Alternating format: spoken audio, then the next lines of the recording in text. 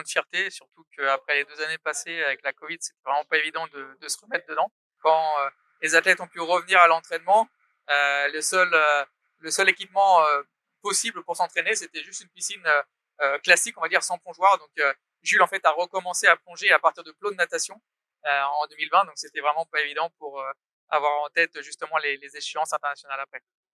Exactement, ouais, très, très, très grosse saison, qui a commencé, par des sélections à l'INSEP, vu que la Fédération française de natation, n'allait pas organiser de championnat de France de plongeon pour les sélections internationales. Donc ça a commencé par 3 sélections à l'INSEP où, les 4 gros plongeurs français élites en ce moment se sont retrouvés et ont participé donc à ces sélections. Et ça a consolidé Jules et Cyprien aussi dans les sélections juniors européennes et mondiales.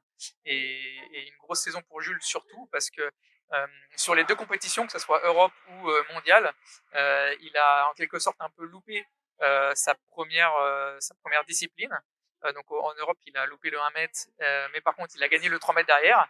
Et au monde, il a loupé le 3 mètres, mais il a gagné le 1 mètre derrière. Donc une grosse abnégation pour lui, une grosse concentration aussi pour se remettre dedans et surtout un gros exploit parce que c'est le premier plongeur français à avoir ces titres-là. Donc du coup maintenant il faut qu'il rentre sur la scène senior, qu'il fasse ses marques et donc on va avoir des grands prix, on va avoir les championnats d'Europe à Rome, on va aussi avoir les championnats du monde à Kiev cet été. Donc ça va être des grosses échéances, il va falloir répondre présent pour lui.